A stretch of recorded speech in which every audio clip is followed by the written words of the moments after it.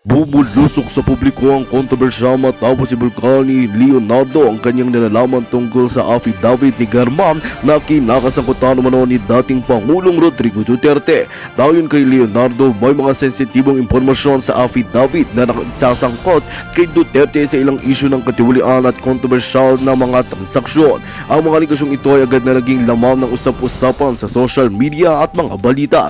Si Leonardo na dating malapit sa mga taong sangkot ay nagbigay ng pahayag na tila nagpapakita ng kanyang pagtutulungan kay Acop sa paghahayag ng naturang impormasyon. Ang mga tagamasid ay nagsasabing ang pagsisiwalat na ito ay maaaring magdulot ng mas malalim na imbestigasyon at posibleng mga kaso laban sa mga kinauukulan. Sa kabila nito, walang direktang pahayag mula kay Duterte o sa kanyang kampo ukol sa isyu. Samantala, si Garma na sinasabing may hawak ng nasabing affidavit ay hindi pa nagbibigay ng opisyal na pahayag upang kumpirmahin o pabulaan na ng mga aligasyon. Ayon sa mga eksperto, ang anumang pagkumpirma o pagtanggi mula sa mga pangunahing personalidad ay makakaapekto sa takbo ng imbestigasyon. Ang publiko ngayon ay umaasa sa mga susunod na hakbang mula sa mga otoridad at naghihintay ng karagdagang detalye ukol sa isyu. At yan nga ang balitang ating pagkakatutukan. Ngunit bago ang lahat, siguraduhin mag-subscribe at i-hit ang notification bell para sa patuloy na pagtutok sa mga silap ng bagong balita sa tunay na boses ng MASA.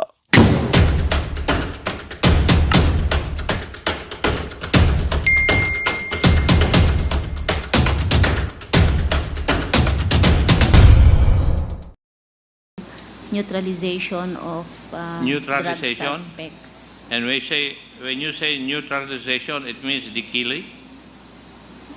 Can be, Mr. Chair. Congressman Acop, you're the next interpolator. Thank you, Mr. Chair. And before I proceed to the issue at hand, may I ask Napolcom, yung po bang administrative cases doon sa Baybay Leyte Detention Center on appeal? Yes, Your Honor. Yes, Yung administrative aspect of the case. yes, Your Honor. Yes, sir. Ang nag-appeal sila Sila po. na dapat hindi ma-demote. Ganun po ba? Yes, Your Honor. Yeah. Now, would it be true if the administrative case is on appeal, it means that the case is reopened altogether Yes, Your and Honor. heavier penalties can be meted out? Yes, Your Honor. Yes. It can be done that way, sir. Depending on the pieces of evidence that would be submitted or gathered. Yes, Your Honor. So, pwedeng hindi sila ma-demote, pwedeng dapat sila ma-dismiss from the service. Yes, Your Honor. As soon as we get the records from the NBI, it can corroborate the existing evidence, Your Honor. Thank you. Thank you, Vice Chair. Colonel Garma, na-mention po niyo sa inyong affidavit, first affidavit, na pinatawag kayo po ni former President Duterte, May of 2016. And ang requirement niya, ihanap mo siya ng opisyal na membro ng INC who is a good intelligence officer. Tama po ba?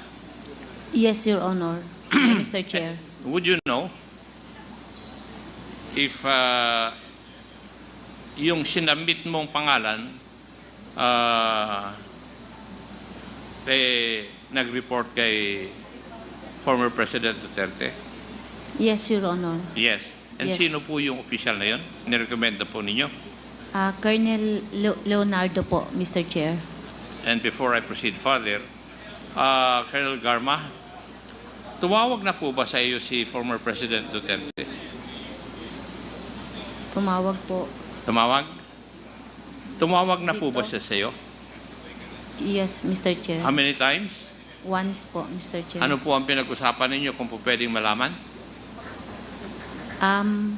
He explained to me yung pong pinaintindi niya sa akin kung bakit Iglesia ni Cristo yung pinahanap po niya, Mr. Chair. Okay. And Colonel Leonardo, kayo po ang in-endorse ni Colonel Garma kay Presidente. Did you have a meeting with the President in July of 2016? Actually, na-meet ko po siya last week of June, Mr. Chair. Ha? Na-meet ko po, No, did you have a meeting after Colonel Garma has endorsed your name to the former President that you met with the President sometime in July 2016? ang pagkakalam ko po, Mr. Chair, last week of June, Mr. Chair. Hindi ba last week of May?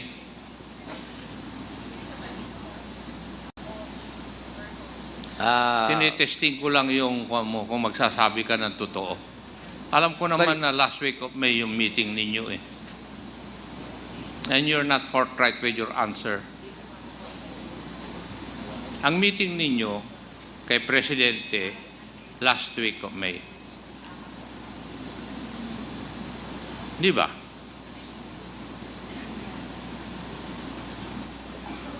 Tama? Ay, check po, parang may ano po, may meeting po kami nga May din po, Mr. Chair. Nung ikaw ay nag-meet with the President, sino po ang kasama nyo?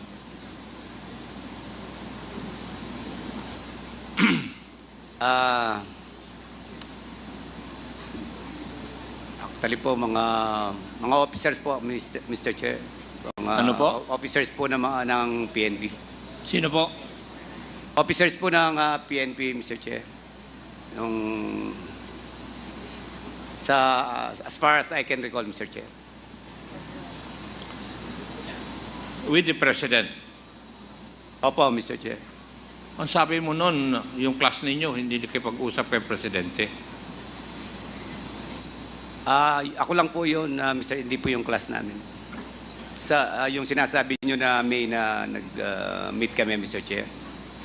Hindi ba, Colonel Garma, ang sabi mo, sometime in May, doon ka na pinatawag ni Presidente, di ba?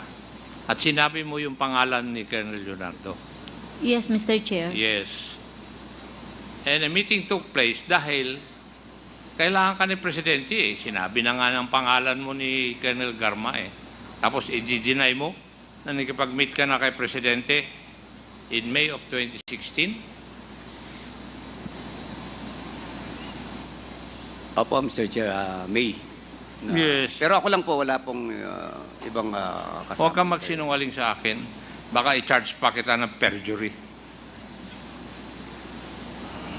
You met with the President with some people. And may I know the topic? Ano yung topic ng inyong pag-uusap ni Mr. President? Former President? Actually, Mr. Chair, ano lang po kami, ako po, nandun lang, Mr. Chair, parang, ganun lang din po, parang, nagpakita lang po, Mr. Chair. Hindi naman po talagang meeting, hindi naman po ako kasali sa mga meeting noon, Mr. Chair. Ibig mong sabihin, hinanap ka ni Mr. President, former President, para lang i-meet ka? Opo, Mr. Yun Chair. lang po. Ano? Opo. You want me to believe that?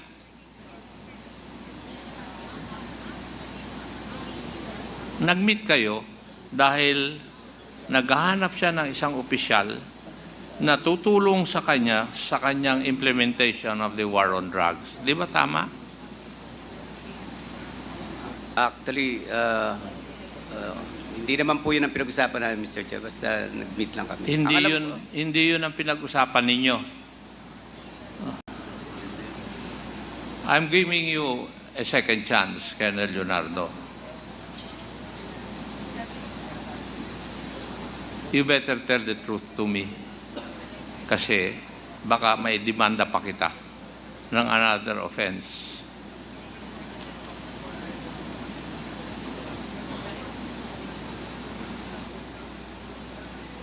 Di ba? noong last na kwan, sinasabi mo na dapat ang i-implement ay yung Davao template doon sa previous hearings natin.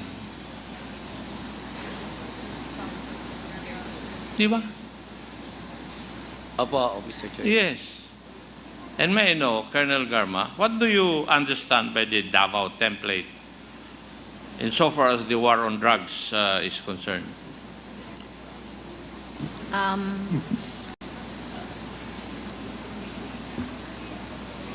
The payments and rewards po, Mr. Chair. Huh? Rewards and payments po There is a reward for what? for successful neutralization of Neutralization? drug suspects. And when you say neutralization, it means the killing? Can be, Mr. Chair, a legitimate operation or In your Yes. affidavit, you answered the lead chair, the Honorable Barbers, that you received three times monetary reward in the amount of 20,000. Hindi po ba? yes, Mr. Chair, And for what is that? for the death of the suspects, Mr. So, Chair. you're admitting to this committee na talaga yung Davao template would involve the neutralization of drug suspects and there are rewards for such. Yes, Mr. Chair. Yes. Hindi mo malalaman ito, Colonel Leonardo, because you were never a station commander in Davao City, hindi ba? Yes, Mr. Chair. Yes. That's why hindi kita tinanong dito. Ang tanong ko sa iyo, pinatawag ka ni former President so that you will be able to help him implement the war on drugs on a national level using the Davao template. Hindi ba? Sinabi mo na nga dun sa last hearing natin yan eh. Yes, Mr. Chair. Yes. Now, may I know, do you know when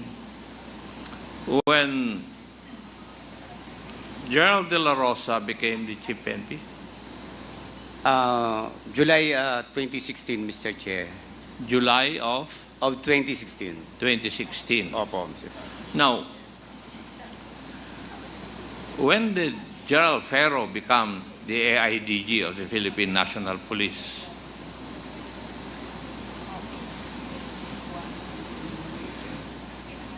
I'm not sure po kung... It's also July of 2016.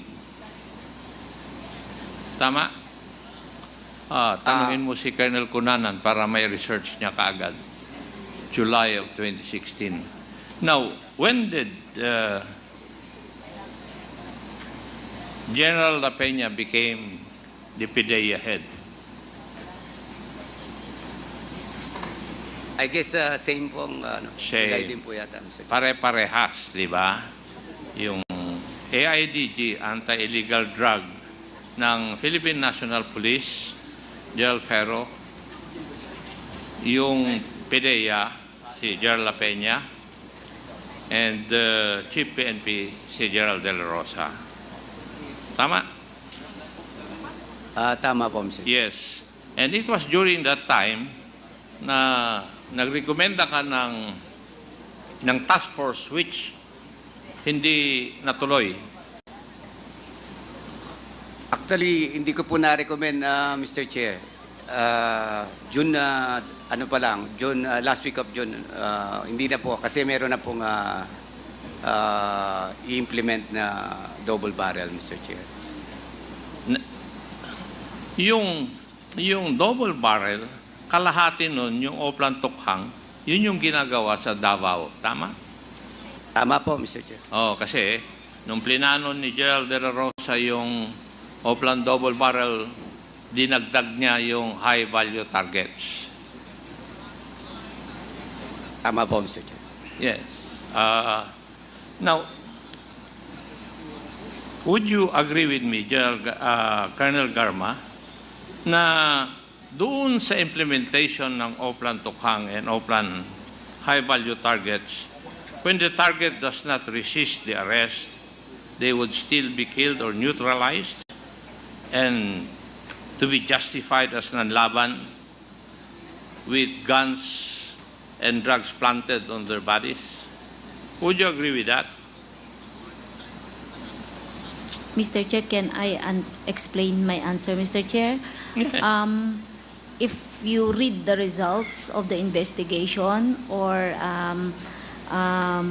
look at the result of the scene of the crime operations,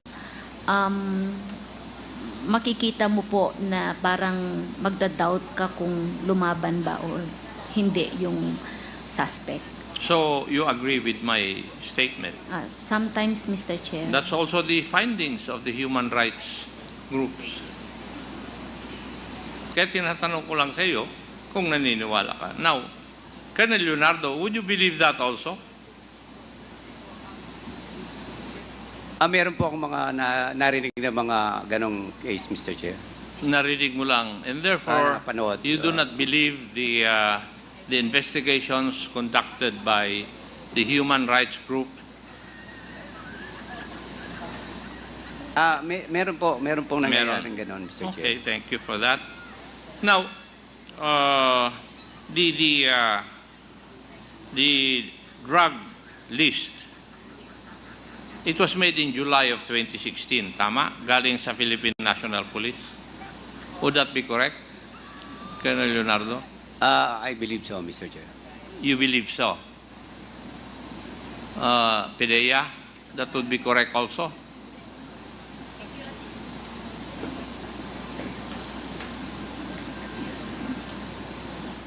Yes, Mr. Chairman. That was in July of 2016. Yes, Your Honor. Now, after the list has been submitted,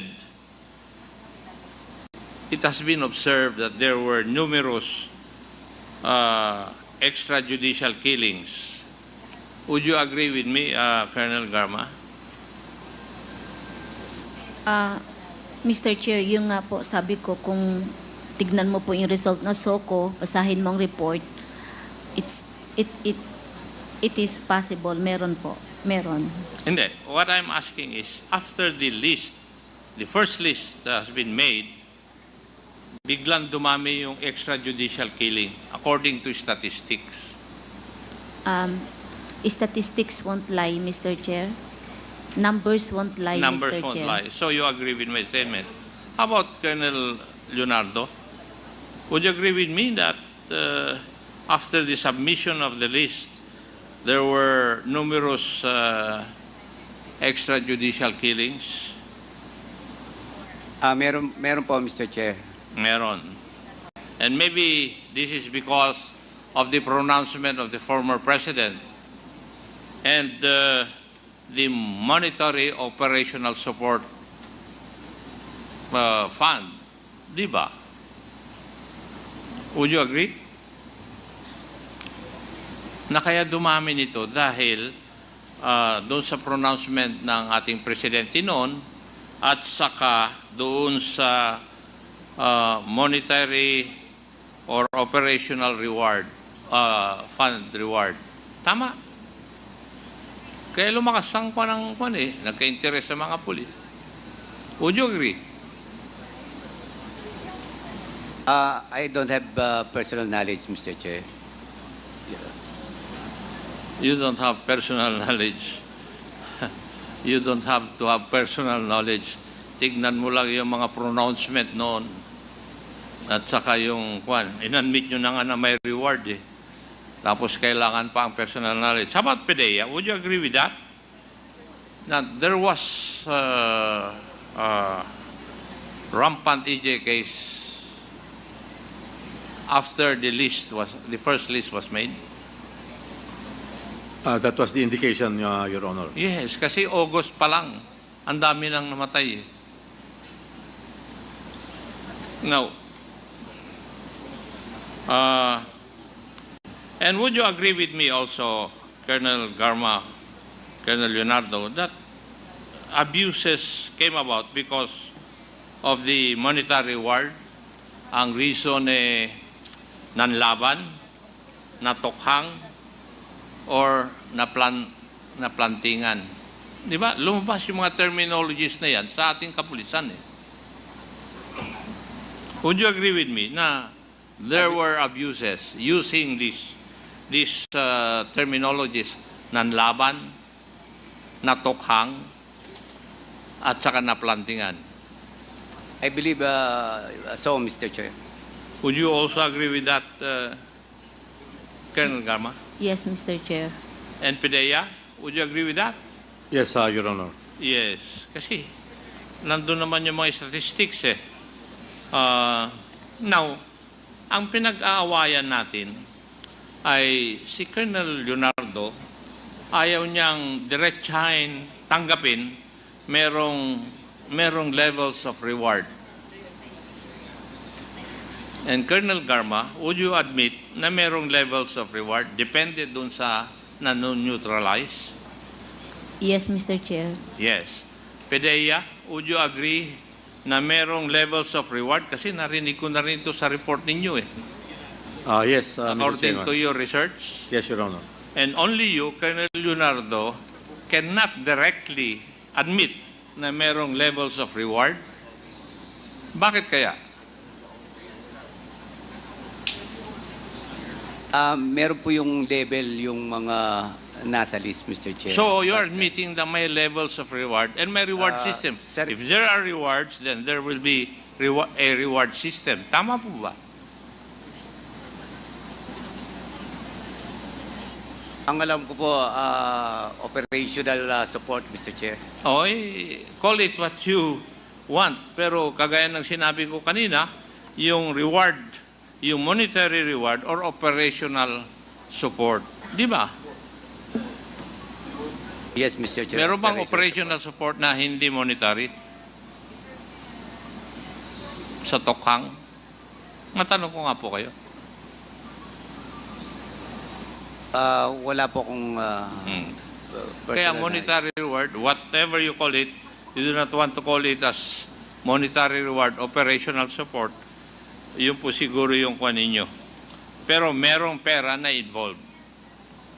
At ang pagbabayad dun sa neutralization, depende dun sa tao na na-neutralize. Would that be correct also, Colonel Garma? Yes, Mr. Chair. Pidea? Yes, Your Honor. And Colonel Leonardo, would you agree with that? Baka ikaw na lang naman hindi mag-agree? Yun lang po alam ko, Mr. Chair, na Thank you. As a matter of fact, yung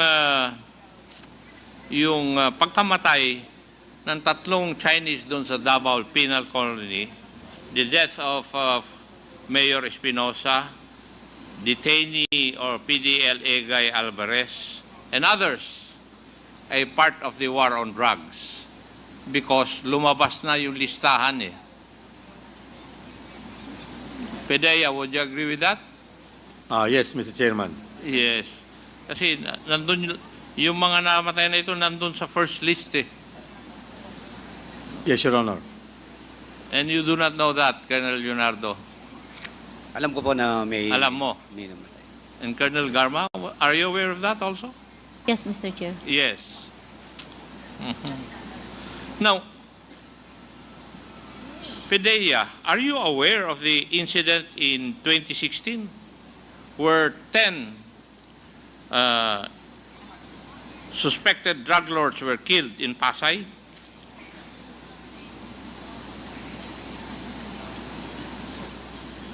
I will find out, Your Honor. I am not with this. Colonel Garma, are you aware of that?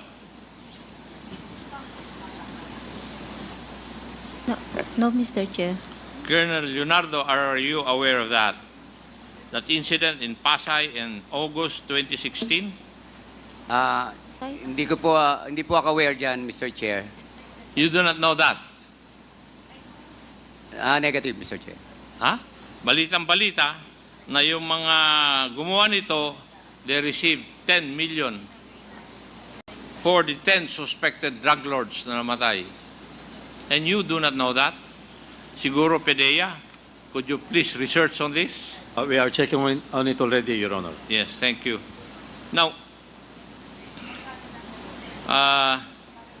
Colonel Garma, you have been assigned in Cebu for how long?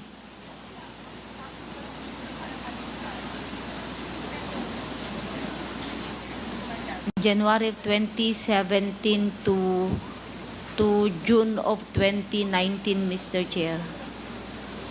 17, 8. 2 years? 2.5 years. 2.5 years? Yes, Mr. Chair. And who was assigned first to Region 7? Gerald Sinas or you? Ako po, Mr. Chair. Okay. Ikaw ang nauna. Yes, Mr. Chair. Now, in your stint in Cebu, how many prominent persons were neutralized, suspected of being drug lords?